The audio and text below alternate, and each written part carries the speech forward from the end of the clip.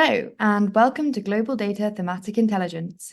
We track over 100 tech, industry, ESG, and macro themes impacting all major sectors.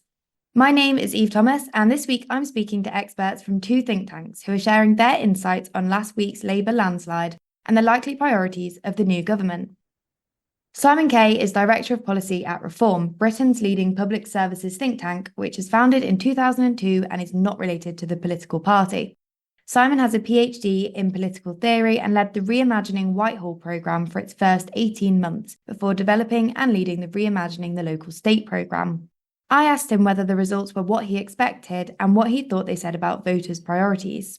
The interesting thing about these results is that they are sort of radically in line with everyone's expectations. We all expected a Labour landslide, and that is precisely what we ended up getting, not because of any particular amount of buy-in to the policy platform or the message that Labour was selling over the course of this campaign, but because of a kind of an overall sense of fatigue with the other parties. So that's, I think, the core of what we've seen play out so far.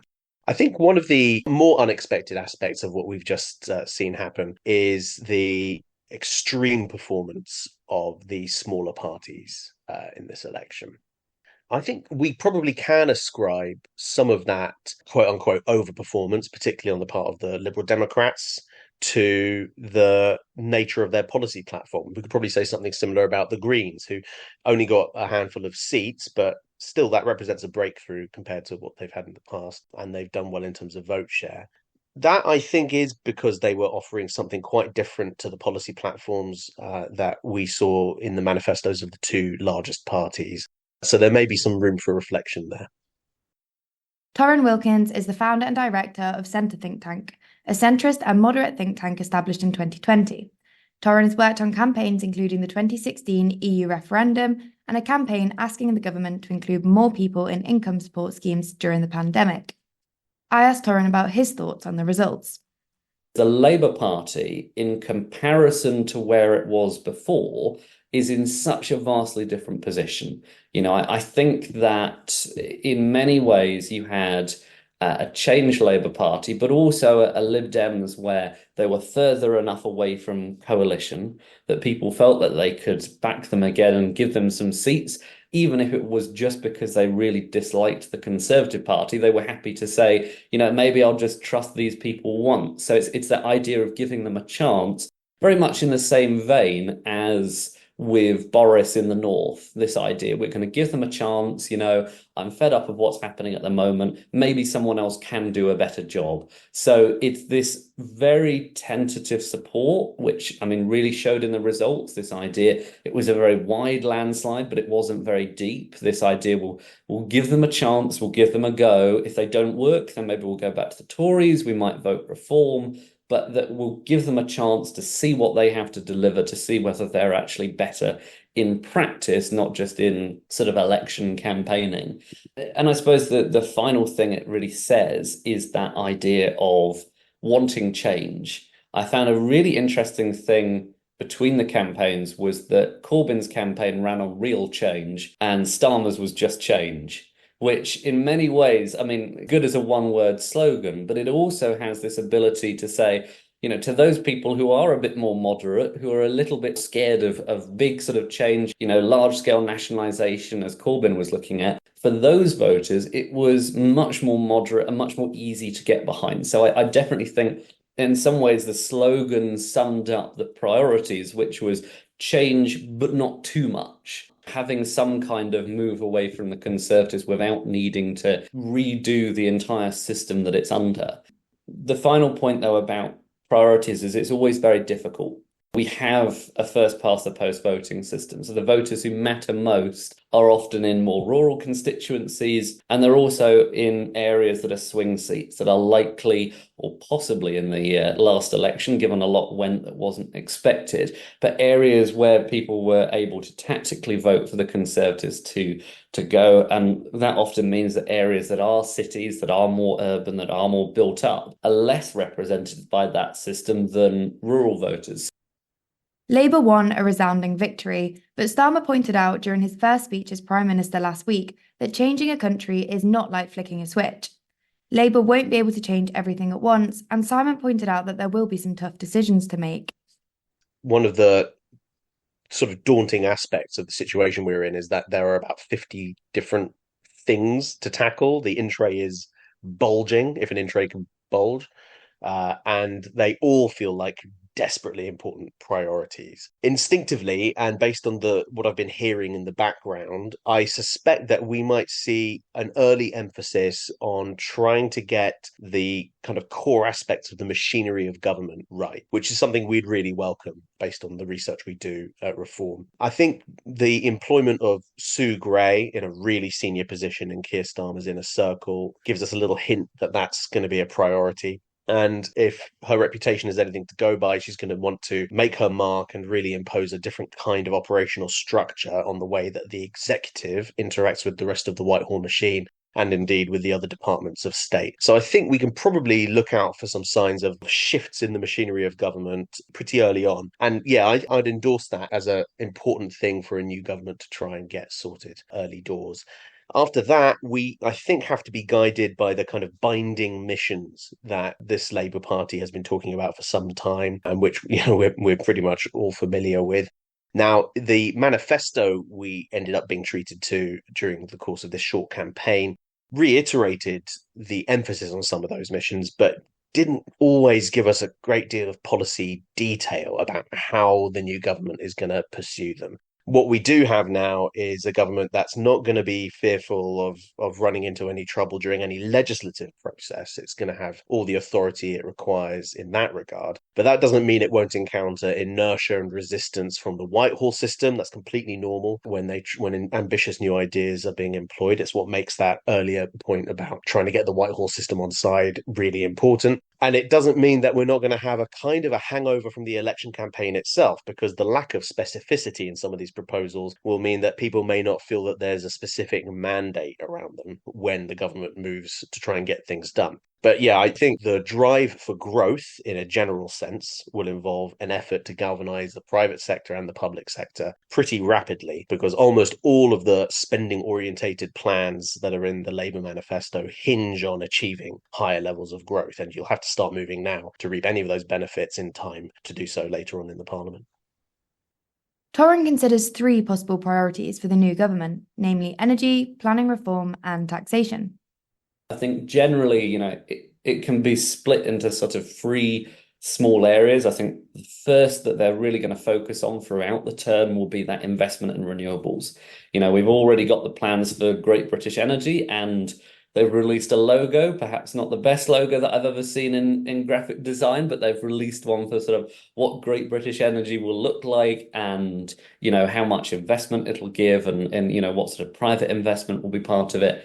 And that idea of sort of investing in renewables and having some sort of stakes and not just sort of tax breaks. So not quite to the levels of sort of a Jeremy Corbyn style nationalisation, but also not nothing. It's very much trying to have some government intervention there without it being too overly expansive, and also something the government can pull back from at a later date. If Labour then decides that they want to sell this new Great British Energy thing, then they can. So it's sort of an interesting proposal. It's just going to take a huge amount of work. The other thing is planning reform, and it's something we've heard no end of. As someone who's been in politics a while, I never thought I'd see planning reform as a sort of big political issue that everyone would start talking about. Because at the end of the day, whether it is zoning or council meetings deciding if someone can have an extension on their flat, right? It's not exactly the biggest political issue that everyone goes, this is what we need to focus on now. But it goes to the heart of things like the housing crisis and building renewables. So it's incredibly important, and the way that they've kind of linked it to that idea of building, it's going to be an incredibly big challenge for them, because they're going to have to start moving through with stuff like what counts as a green belt. They're going to have to start looking at councils themselves and talking to them about, okay, how are we going to build enough houses? How are we going to have quotas for housing? All of those things where they're going to have to start making decisions now is going to be really interesting because it can have a very sort of positive impact on them electorally, where if people get new houses, they're very likely to vote Labour after that, because that will be the reason that they got those houses. So it's a very big reward in there, but also quite a lot of risk. And I think the final one, and I found this very interesting in the campaign, especially as to where we are economically, was this idea of collect taxes more efficiently, but don't necessarily raise rates. Now, some of this is a little bit sort of almost an illusion, because keeping income tax bands in the same level whilst inflation goes up means that the amount that you collect each year, the number of people falling into those bands, increases over time. So it's not quite the sort of stability and lack of action on taxes that maybe people quite perceive it as. But at the same time, their big focuses are on sort of things, again, that are almost minutiae a lot of the time in policy, things like fixing HMRC. Priorities don't always manifest into policies, however. I asked Simon how Labour's policies might play out in regards to public services and national infrastructure. I think it's striking that this Labour Party has one of the kind of the areas where it's shown the most ankle in policy terms during the short campaign is in its commitment to planning. And I think it sees infrastructure development as part and parcel of that picture. And it sees both of those things as being at the very heart of how it's going to galvanise economic growth, where the outgoing government and recent governments have really struggled to do so. Now, we still don't have a complete picture on what that's going to entail.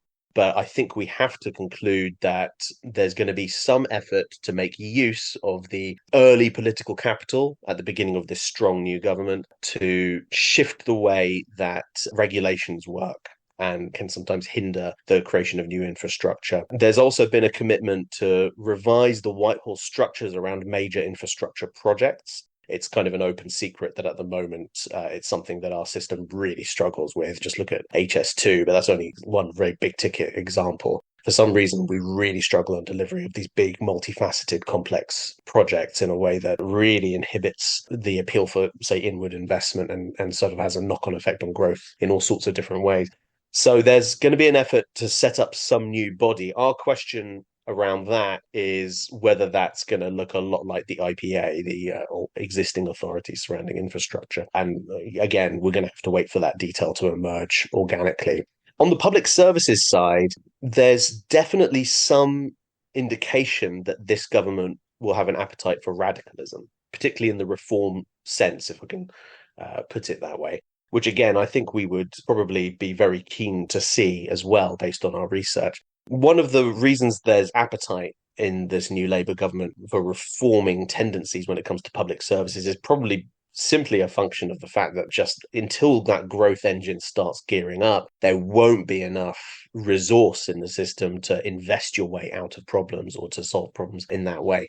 So what's left? Well, you have to make more of what you've got, and that means reconfiguring the system in some way. The kind of the flagship where we can expect, I suspect, quite a lot of early moves might be in the health arena. West Streeting is pretty committed to the idea that it's a system that's, yes, beloved, but also one that needs an awful lot of re-gearing and rejigging in order to make it work properly. So, yeah, I'd be looking out for that too. And I'd be looking out for similar shifts in other aspects of public service delivery.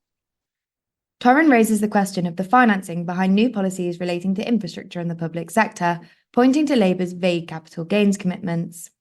Public services wise is going to be very interesting because they put in a lot of promises around things like more doctors, more nurses, more police and so forth. But you also have that challenge. They've also gotten in saying we aren't quite sure about the public finances. You know, we're not quite sure how much money is going to be left over to spend. And they've also been very shy on capital gains tax, particularly. They've, really ruled out a lot of other tax, corporation tax, national insurance, income tax. On capital gains tax, they've really tried to keep that clear. So the Tories did try and challenge them on this and say, okay, you're not going to raise capital gains tax when people sell their homes. And the answer was, in effect, we're not going to increase it for sale of primary residences. So basically, people's homes and their first homes. Well, at the moment, there is already an exemption around capital gains tax for people selling their first home. So they didn't really rule out as much as perhaps they kind of let on that they had. But really, that was what's important to voters, right? A lot of people only have one house. That's the thing that they're going to be worried about at the election. And they basically said, well, look, no, there is an exemption on it. We're not going to do anything with that. But they've left themselves this safety valve because they have made these promises. And some of them are funded individually. So, for instance, a lot of the education stuff, of course, you have VAT on private schools. So there are somewhere it directly leads. But if there is more economic issues ahead, or perhaps even that the books are just in a worse place than they were sort of previously expected to be, they've built in this safety valve of having capital gains tax. The UK has pledged to reach net zero by 2050, and Labour's environmental policies were a hot topic throughout the campaign. But Simon points out that Labour remained fairly non-committal. I asked him how the new government's policies were likely to differ from the previous. It's a function of this recent election campaign that quite a lot of the proposals were watered down in advance of the election, and quite a lot of the specificity we might have been hoping for in the manifesto didn't transpire because they thought of it as a threat, a potential way that their majority could be damaged over the course of the campaign. So they played it very defensively, and that means we've got much less detail than perhaps we might have wanted to. This environmental policy is a specific area where Labour was very consistently criticised not too long ago, simply because they moved back their spending plans in terms of achieving net zero by really an order of magnitude. Now that, I think, for the spending or the fiscal realists in your audience might say, well, look, that's just reflective of reality. But it also means that Labour will now be casting about for more inclusive, collaborative, partnership-based ways of achieving what remain quite clear net zero targets, which it does seem to be keen to recommit to. If net zero is to be achieved in the UK by 2050, clean energy will be an essential part of the equation. Torrin considered how that might translate into government policies. Yes, I mean, I think that the linchpin of the policies at the moment for Labour has really been this focus on Great British Energy. In fact, I think in reality, at one point, it almost consumed the entire campaign, this idea of renewable energy generation and, of course, linked with planning reform. I think what will be interesting more is going to be a lot of those day-to-day decisions. So under the Tories, there were a lot of discussions, things like, what will we do with fracking? And they had those big arguments. Again, I can't see stuff like that coming back, but I think what will be interesting is actually to watch things like nuclear power. So Labour have said very much, okay, we're going to invest in nuclear power. So I think what will be interesting is how much of a part will GB Energy play in that? How much will be sort of government owned? What are the kind of regulations they're going to put around it? So whilst there was a fair amount in the manifesto sort of about those environmental issues, I also think that there are areas of the manifesto that they now kind of need to fill in. The priorities and policies of the new government will continue to emerge over the coming days, weeks, and months. But thinking specifically about the impact of the new leadership for UK businesses, Torrin considers the issue of trust.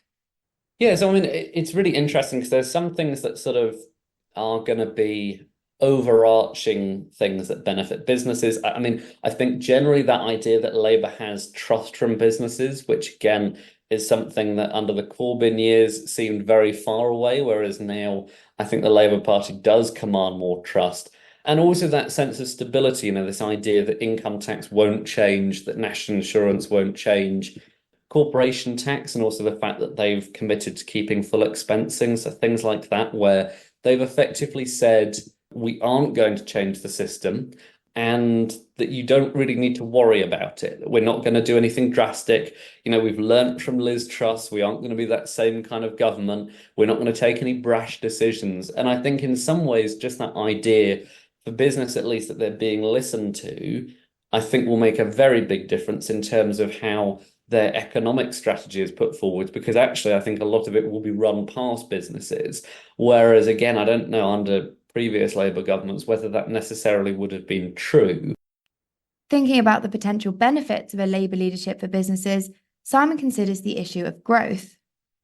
So there's a version of this agenda that could end up being very, very good for the classic growth-orientated and planning-orientated business sectors in this country. every organization that goes to reef every year could well probably find itself present in its metaphorical stocking at the end of the King's speech.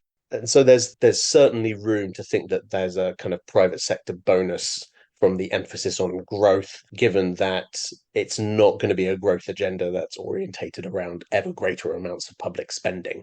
It's going to be a growth agenda that's around trying to galvanize the private sector more effectively. So I think we can see a kind of a continuity with the outgoing or the now past government, in that there will be some effort to make sure that there's very effective spending choices being made around innovation and ensuring that Britain sustains its reputation for being a kind of an emerging and nascent science superpower, both of which I think are contributing to aspects of our economic prosperity that this Labour government will be very keen to sustain. I think there's the planning side of things. What I think might feel like a bit more of a missing piece is that as a Labour government, there may be fewer opportunities for some sectors to get directly involved in, say, direct finance or partnership arrangements with the public sector. That's supposition on my part, but it does seem like there might be a little bit less in the way of opportunity coming that way. As a public services think tank, Reform has various ideas around the right priorities for the new government. I asked Simon to explain what they want to see. I've sort of alluded to some of these already. So our big agenda right now, we're calling Reimagine the State.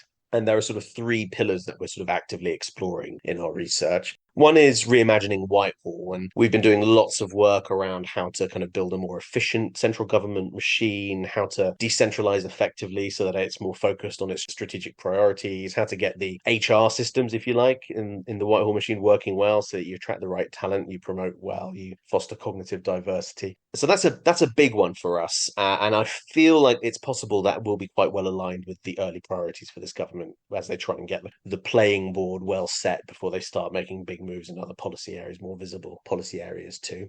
Another of our work streams we're calling Reimagining Health, which is where we set out sort of radical and sort of foundational ideas for how to really reconfigure the way that health systems and health public services are delivered in this country, or more accurately, co-delivered. So this is part and parcel with our wider belief that quite a lot of the systems in this country are over-centralized. So we've recently published a paper where we recommend that actually NHS England is a little bit too controlling, a little bit too centralized. It would make a lot more sense to move some of those budgets to more regional or local actors, which is quite a radical idea, but maybe one that might get a hearing from a radically inclined new health secretary. So it's possible that we might make some progress there.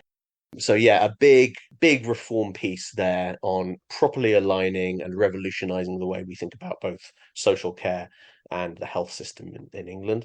And then the program that I'm currently leading on is called Reimagining the Local State, which is really about understanding, well, in some ways, the crisis that's ongoing within local government in this country, and thinking about the ways in which that over-centralization I just mentioned can be addressed, not only by central government giving up more power, but also through finding ways of building up the capacity and the capability of actors at local scales. So more regional devolution, more granular devolution to local authorities, addressing the financial shortfall that's crippling so many local public services and making those local partnerships so difficult to manage, making sure that that community connection that's only really possible at more local scales is possible too. So we're going to be bringing forward a lot of ideas there that we hope will get a hearing from this government. Because let's face it, they've actually, a bit like Michael Gove and the previous government, there's been some appetite for some radicalism in that space too. Centre Think Tank also has its own ideas around the key areas it wants to see the new government focus on. Torrin explained what these are and why they matter. I mean, the first one, of course, is that sort of idea of delivering world-leading public services. And that is everything from investing in the NHS and education, the justice system. And on a lot of those, unfortunately, there's no substitute other than money. You know, we've tried before with this sort of attempt of efficiencies, and that sort of led in the Cameron years to this idea of, I think the most I suppose I could call it the most ridiculous idea was, you know, let's remove ice cubes from water in NHS hospitals because we'll save money on it. So things like that, I think the days of those kind of efficiencies are over. And I think now it's that thing, especially if the economy starts growing again and tax revenues start rising, is now looking at making those real investments in public services, everything from public service wages, also to what I think is the really big challenge we have now, which is kind of that cumulative deficit we have. So the fact that, if you invest in one MRI machine per year, by the end of 14 years, you have 14 MRI machines. Buying those all in one bulk is incredibly expensive. Buying them over time is quite easy. And so I think in some ways, trying to start to reverse the very small lack that we've had that's built up over time in funding for public services, again, a big priority, but will cost money. The other is, I think, that sort of focus on businesses. It's that thing of if you back businesses, it'll grow the economy. So that is everything from simplifying the tax system. The UK has one of the most complex tax codes in the world, simplifying the regulatory system that we have. And also, Labour can take a lot of advice from itself. You look in Wales, they have a lot of business advice hubs, and that's a Labour government idea, but one that's done a lot to support smaller businesses. So things like that, where I think not just saying, we have a pro-business approach and a pro-business mantra, but also genuinely thinking about what can support businesses, even if it is as complex as stuff like planning reform. But in the end, I think long term is very good for raising tax revenue, again, without having to move around rates of income tax and national insurance. And the other sort of third thing is maybe a more David Cameron, Nick Clegg era policy. And it was almost the slogan of the Lib Dems, but that whole idea of sort of a fairer society, which I think we were moving much more towards in that period, but now is, I suppose, is being half done. If you look at stuff like bringing together communities, for instance, we had the referendum, which obviously made everyone a lot more divided, but also COVID, which quite literally divided people. I think having that focus on bringing communities together is incredibly important. And that can be really simple things. It doesn't have to be wide sweeping changing policies. It can be everything from community hubs to meet and eats and everything else, which intergenerational care as well. And they're things that we don't often talk about. Fourth is sort of that idea of fixing the political system as well. Labour's going some way towards this idea of House of Lords reform, but I think that there is a need to go further. Labour's landslide was on a smaller proportion of the vote than you would ever imagine for a landslide of that kind. So I do think, as much as Labour probably won't be in the mood at the moment, having just won so many seats, but look genuinely at electoral reform and also, even if not that, at serious devolution. And then I think finally is having that future view. And I think this is maybe a sort of second term priority. I mean, some of it is about the usual things, so like building more houses. But I also think it's looking at things like technology and public services. And I suppose my word of warning would be not to go too quickly, because I think a lot of the time there's this real jump to say, okay, we're going to have AI and everything. It's going to really help and it's going to transform public services. We're going to wake up tomorrow and it's going to be this wonderful futuristic thing. And, robots will be doing all the operations and it be fun, stuff like that, which again, at the moment we're having, especially within the NHS, it's actually sometimes just about the basic stuff. It's about collecting the right data in public services so we know what the problems are. We know what we're short of. We know what areas need dealing with. Those are kind of the big five, but the task now, given that I've probably gone through a very small percentage of our policies, the task now is so enormous as to what needs to be done that there is, in some ways, a need for Labour to be bolder on policy, even if it's not necessarily sort of those things that terrifying or massive changes, but just getting the groundwork in there that hasn't been put in place. Those are all the insights we have time for today. Thank you to Simon Kaye from Reform Think Tank and Torrin Wilkins from Centre Think Tank for sharing their insights on the likely priorities of the new Labour government. There is clearly change on the horizon, so it's been great to get a better understanding of what that might look like. Thank you everyone for listening, and from us in Thematic Intelligence, see you next time.